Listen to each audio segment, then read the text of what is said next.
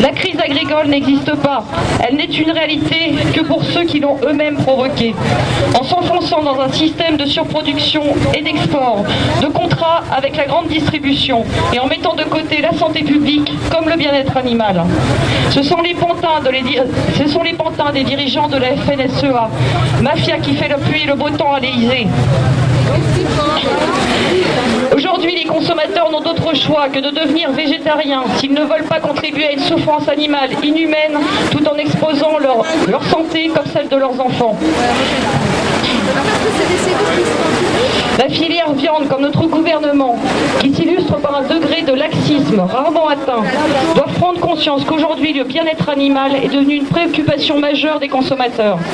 Comme le montre l'Eurobaromètre, qui vient d'être publié par la Commission européenne, 98% des Français considèrent comme important ou très important le bien-être des animaux dits d'élevage.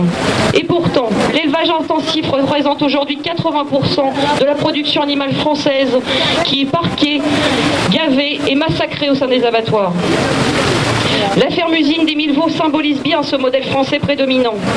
Pour revenir sur la question de l'abattage des Mille Veaux, nous avons fait quelques recherches. À quoi ressemble un abattoir de la SVA Jean Rosé ? À Vitré, là où seront abattus les Mille Veaux, ils abattent, transforment, découpent et livrent chaque jour l'équivalent de 1000 moutons, 500 bœufs et 500 veaux. Mais pas seulement. Ils égorgent également 260 agneaux à l'heure, 16 000 par jour. Imaginez dans quelles conditions. À l'ancien abattoir de Gade, qui a été repris par la SVA Jean Rosé, ce sont 28 000 porcs par semaine qui sont massacrés. Donc concrètement, quelle est la situation actuelle pour cette ferme-usine ? Nous n'avons pas encore les conclusions de l'enquête préliminaire qui a été initiée par le procureur de la République le 12 novembre dernier. Cette procédure avait été initiée suite à une dénonciation des faits de l'EDA pour conflit d'intérêts. Pour rappel, certains actionnaires du projet, élus influents de la communauté de communes des Sources de la Creuse, qui financent en grande partie, voire en totalité, cette ferme-usine, ont participé, ces élus donc et actionnaires de la ferme-usine ont participé systématiquement à toutes les délibérations durant 5 ans. Nous aurons certainement des nouvelles la semaine prochaine, puisqu'un point intermédiaire sur cette enquête devait être fait par le procureur cette semaine. Nous publierons immédiatement toute information sur ce sujet. Aujourd'hui, les travaux ne semblent pas terminés. Malgré l'annonce d'une ouverture d'abord en janvier, puis février, puis mars, nous pensions réellement que les veaux seraient là avant que la manifestation soit faite. Ça n'est pas le cas. Aujourd'hui, alors pourquoi nous en sommes là? Nous ne sommes pas en mesure de le savoir. Nous ne savons pas ce qui coince. Notre supposition, c'est qu'ils ne peuvent pas ouvrir sans la subvention pour l'unité de méthanisation qui est attenante. Cela est tout de même une bonne nouvelle, car cela laisse à penser que le projet commence à vaciller sur ses bases. Les élus de la communauté de communes ne vont plus pouvoir se répartir l'argent public à leur guise. La justice les a à présent dans le collimateur. Le procureur veille à présent aux délibérations de la communauté de communes. Ceci est une première victoire. Nous avons déposé un recours gracieux auprès du maire de Saint-Martial-le-Vieux au mois de janvier dernier. Saint-Martial-le-Vieux est la commune qui accueille ce projet. En effet, l'ancien maire de ce village est également actionnaire du projet. Afin de permettre la délivrance du permis de conduire, Afin de permettre donc la délivrance de ce permis de construire, il fallait faire une carte communale qui n'existe pas pour ce village. Pour faire cette carte communale, il devait délibérer en conseil municipal présidé par le maire à toutes les délibérations pour l'élaboration de cette carte communale. Il s'agit évidemment d'un conflit d'intérêt évident, mais également d'un excès de pouvoir, et c'est l'objet de notre seconde procédure auprès du tribunal administratif la semaine prochaine. Nous allons dès la semaine prochaine, donc ce délai, nous avons déposé un recours gracieux auprès du maire donc au mois de janvier dernier. Nous devions attendre les 2 mois de non-réponse ou de refus pour faire cette procédure. Donc nous la lançons dès la semaine prochaine et nous communiquerons sur les sites par mail par rapport aux résultats. Nous allons également mettre l'accent sur des actions auprès du conseil régional. Le précédent président donc de l'ancienne région, puisque maintenant nous sommes passés à une grande région, avait suspendu la subvention en faveur de la ferme-usine d'Émile Vaux, puisqu'il avait annoncé lui-même que ce n'était pas l'idée qu'il se faisait de l'agriculture. Cependant, depuis novembre 2015, nous avons vu réapparaître une nouvelle demande de subvention qui concerne l'unité de méthanisation attenante au projet, comme c'est le cas pour toutes les fermes-usines, où généralement l'élevage devient un sous-produit de la production d'électricité. Donc cette unité de méthanisation qui conditionne l'ouverture du projet est à l'étude au niveau du Conseil régional depuis novembre 2015 pour une subvention de 325 000 €. Nous avons demandé des nouvelles, nous avons demandé où ça en était, personne ne nous a répondu. Donc nous devons absolument mettre l'accent sur le Conseil régional pour qu'absolument cette subvention ne soit pas donnée, ce qui conditionnera l'ouverture de la ferme. Ce sont des pistes, mais l'abandon du projet ne pourra réellement être obtenu que si les contribuables locaux se mobilisent. Nous allons lancer également la semaine prochaine cette action citoyenne, non seulement auprès du Conseil régional, mais également encore contre la direction d'Intermarché. Encore une fois, si Intermarché rompt le contrat avec la ferme-usine d'Émile Vaux, aucune autre enseigne agroalimentaire ne signera avec eux. Ce sera la fin du projet. Alors, si vous ne recevez pas encore nos informations, nous envoyons toutes ces informations par mail via notre page Facebook. Si vous ne les recevez pas encore, vous avez un cahier au stand afin de marquer votre adresse mail, vos coordonnées pour que nous puissions vous transmettre ces informations qui sont très importantes. Encore une fois, il s'agit du nombre. Plus de personnes, notamment locales, s'expriment et plus nous aurons de chances de gagner. Alors, comme précédemment annoncé sur notre page Facebook, l'ODA évolue vers de nouveaux objectifs et va changer de nom. Suite au constat d'une évolution dramatique et constante vers un pire au niveau de l'élevage et de l'abattage, nous pouvions plus ignorer l'urgence d'une action sur un plan global qui prenne en considération et l'élevage sous sa forme intensive et l'abattage dans sa globalité. Nous ne pouvions plus penser, après avoir vu les vidéos d'Alès et du Vigan, qu'un abattage sans étourdissement puisse être moins douloureux qu'un abattage traditionnel. Maintenant, l'abattage dans sa globalité est à remettre en cause. C'est une horreur, il faut le dénoncer. Il faut que les consommateurs le disent.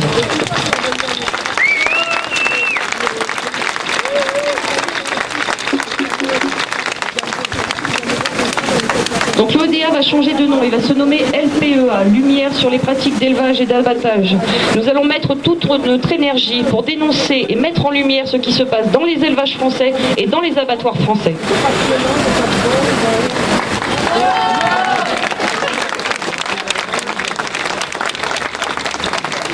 Un dernier mot qui n'a rien à voir avec la ferme-usine Émile Vaux et qui pourtant a tout à voir parce qu'il s'agit de violence, il s'agit d'injustice. C'est un mot pour les attentats qui se sont passés à Bruxelles. Nous sommes écœurés devant tant de violences absurdes, comme on peut la voir dans les abattoirs, comme on peut la voir dans nos villes, comme on peut la voir dans le monde entier. Le sentiment de base est le même. Donc il faut contrer cette violence. Nous condamnons toute forme de violence, qu'elle soit envers les animaux ou envers les humains. Une fois qu'on a attaqué les animaux, on attaque généralement les humains.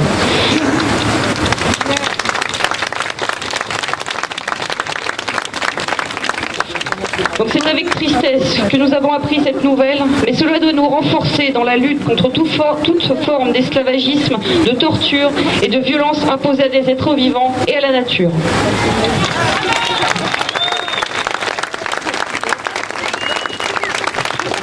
Donc maintenant je vais appeler soit Christophe Marie, soit Brigitte Gauthier s'ils veulent prendre la suite, ou peut-être Florent.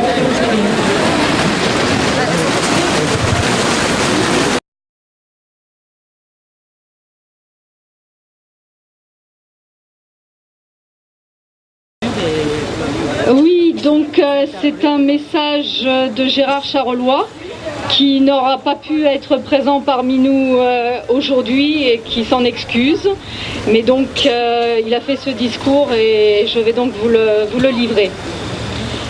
Chers amis de la cause animale, nous qui défendons le vivant, qui célébrons et respectons la vie sous toutes ses formes, qui refusons toute souffrance, proclamons qu'aussi longtemps que l'homme traitera l'animal comme une chose, il traitera à l'occasion ses semblables comme des bêtes. C'est exactement ce que venait de dire Aurore. Ainsi, nous assistons à une marchandisation des veaux, des porcs, des poules, enfermés dans des usines à viande, à œufs, à lait, usines dans lesquelles ces êtres vivants, ces êtres sensibles, sont niés dans leurs besoins physiologiques et éthologiques essentiels. Ils sont réduits à n'être que des sources de profit, des objets auxquels l'homme retire toute existence. Les fermes folles, comptant des milliers d'animaux, reconstituent l'univers concentrationnaire que subissent certaines victimes humaines lorsque l'histoire trébuche et que les peuples se fanatisent et oublient les lois de la dignité élémentaire. Mais cruelle pour l'animal, cette forme d'élevage à l'encontre duquel vous manifestez aujourd'hui tue également l'agriculture et fera disparaître les paysans d'antan. Plus besoin de petites fermes lorsque ces usines fourniront le marché en surplus de produits alimentaires. Le monde agricole n'a pas perçu le danger et l'on voit un syndicat agricole soutenir ce qui entraîne le déclin de l'agriculture d'autrefois. La France, en adoptant des fermes de 1000 veaux, ici, de 1000 vaches ailleurs, prend le chemin des élevages des autres pays européens qui ont fait disparaître le monde paysan. En conséquence, pour l'animal comme pour le social, il faut refuser ce délire productiviste que des groupes financiers tentent d'imposer en cette matière, comme ils agissent dans d'autres domaines contre les espaces naturels et partout et toujours contre la vie. Et moi j'ajouterais donc que non, les animaux ne sont pas des marchandises, ils ne sont pas des produits alimentaires. Ce sont des êtres sensibles qui ont la volonté et le droit fondamental de vivre. Les êtres humains n'ont pas besoin de consommer des cadavres pour être en bonne santé, c'est même l'inverse. Et je lance un appel à ceux qui ne peuvent pas encore se passer de viande pour au moins réduire leur consommation, car cela contribuera aussi à réduire la souffrance dans ce monde. Merci pour chaque vie animale épargnée.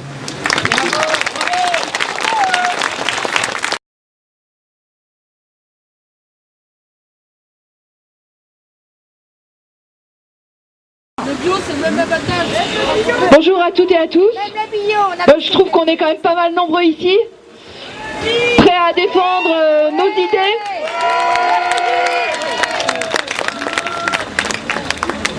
Moi je suis très contente qu'il y ait des personnes qui sont là pour s'opposer à un projet. On n'a pas tous les mêmes arguments, on n'est pas tous positionnés de la même façon, on n'a pas tous les mêmes pratiques alimentaires aujourd'hui.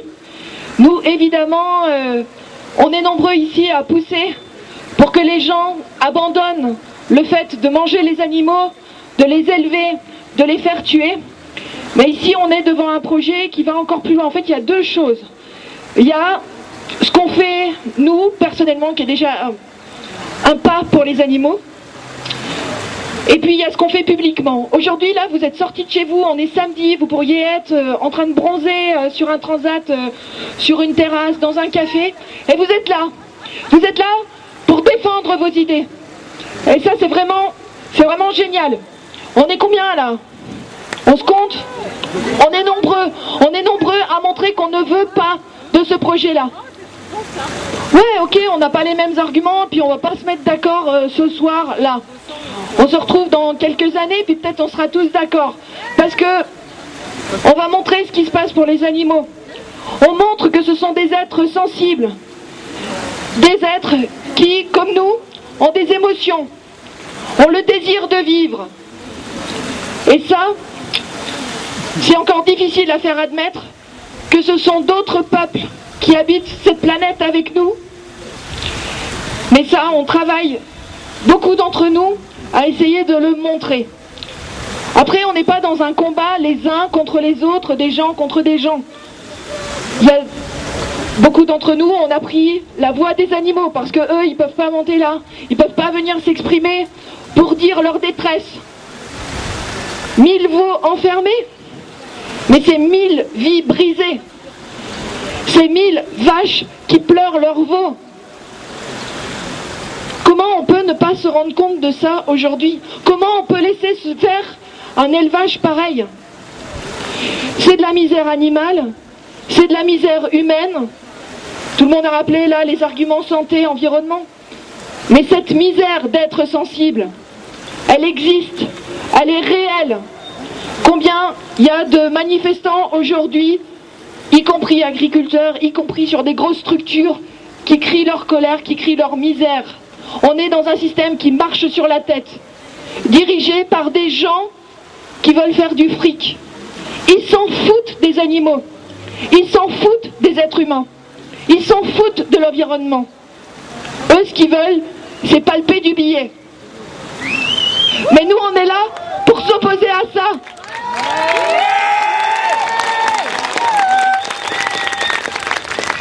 Vous êtes fous, non? Je vous entends pas.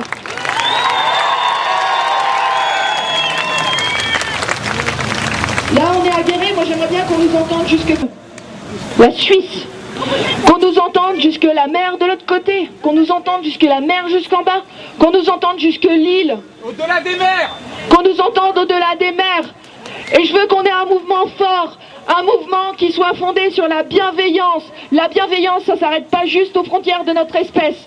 Ça va plus loin que ça va pour tous les êtres qui sont sensibles, qui ont des émotions. On a la place sur cette planète pour vivre tous, les uns aux côtés des autres, sans se marcher dessus. Alors construisons ça, et pour construire ça, il faut déjà arrêter tous ces projets. Ici, 1000 veaux, là-bas, 1000 vaches, là-bas, 3500 cochons, qui ont aujourd'hui une perspective mais absolument terrible. Est-ce qu'on peut se rendre compte de ces animaux confinés dans un bâtiment? Ils sortiront seulement pour aller à l'abattoir. Mais qu'est-ce que c'est que cette société? Comment on nous regardera dans des années quand on aura aboli tout ça? Mais ils vont juste halluciner, quoi. Mais comment on a eu l'idée de mettre un morceau de cadavre dans notre bouche, quoi? Comment on a eu cette idée? Alors bien sûr, aujourd'hui, on est conditionné pour. Il y a toute cette culture, toutes ces habitudes. Mais tout ça, on peut travailler dessus. On peut montrer qu'un autre monde est possible. Un monde solidaire, un monde bienveillant. Et ça commence aujourd'hui, ici et maintenant, en stoppant ce projet.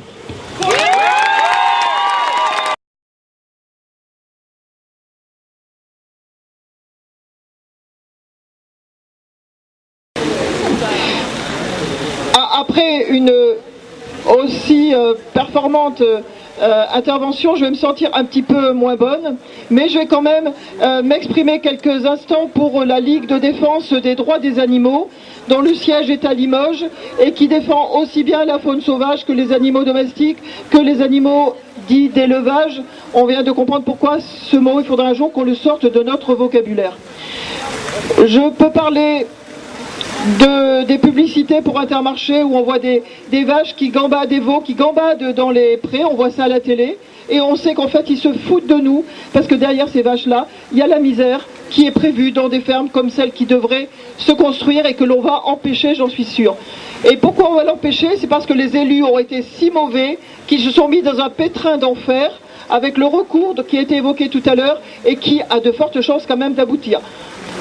En tant moi-même qu'ancien élu sur Limoges et Limoges Métropole, j'ai une bonne expérience de la manière dont ce genre de décisions peuvent être prises, n'importe comment, sans réflexion, en violant d'ailleurs les principes annoncés officiellement dans des rapports développement durable ou que sais-je.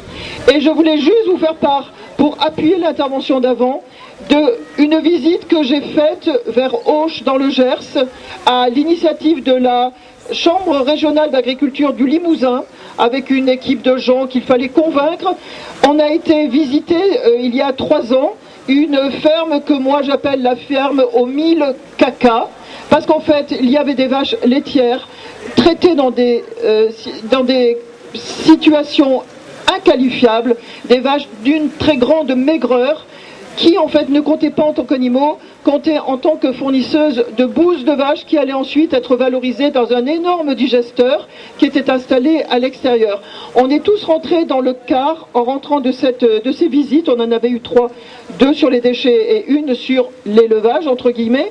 Et on est rentrés dans le car, on se parlait plus. On avait tous du mal à déglutir. On avait vu quelque chose d'abominable. On avait visité un camp de concentration pour vaches dont seul le caca comptait parce qu'il allait permettre de faire de l'énergie autrement. Et moi qui suis une fondue de l'énergie autrement, ce jour-là, j'avais vécu la honte de ma vie. Donc voilà, donc avec cette double casquette d'association de protection animale et de défense des droits des animaux et d'ancien élu ayant vécu ce genre de situation, mais je peux vous dire que l'émotion dans le car, en fait, elle était palpable, y compris chez des gens qui avaient peut-être des envies dans la tête de projets semblables et qui, après avoir vu l'état famélique des vaches laitières qui étaient détenues dans ce lieu, n'avaient peut-être plus tellement envie d'en faire autant. Élevage, abattage, c'est le diable.